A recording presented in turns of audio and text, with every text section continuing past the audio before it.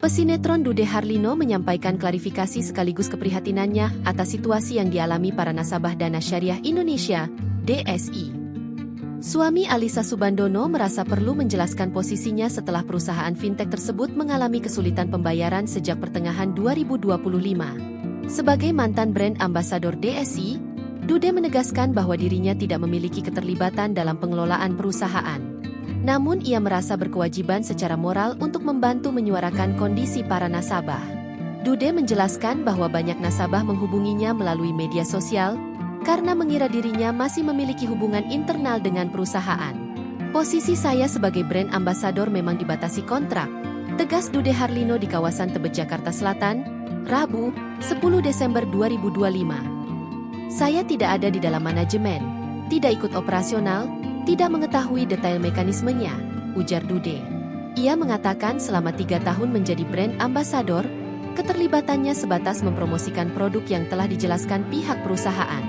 Karena itu, ketika muncul kendala dana yang tidak kembali, ia justru menerima banjir pesan dari para nasabah.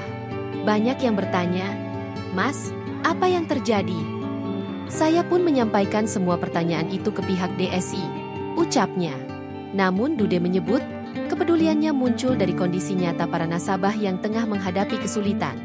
Dari laporan para nasabah, terdapat sekitar 4.200 anggota dengan dana tertahan yang telah diverifikasi mencapai 1,2 triliun rupiah. Banyak sekali pensiunan. Ada yang butuh dana untuk pengobatan keluarga, ada yang untuk pendidikan. Saya sangat prihatin, tuturnya. Karena alasan itu, Dude memilih mengambil langkah untuk membantu menyuarakan persoalan tersebut.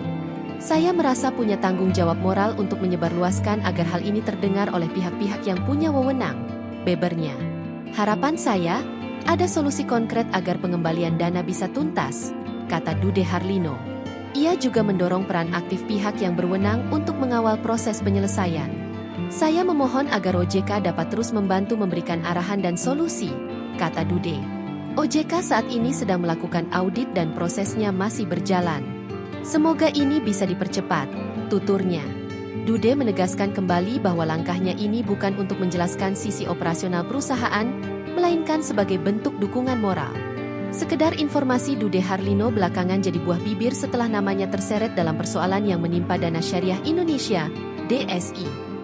Perusahaan fintech berizin OJK yang sejak Juli mengalami kesulitan memenuhi kewajiban pembayaran kepada ribuan nasabah.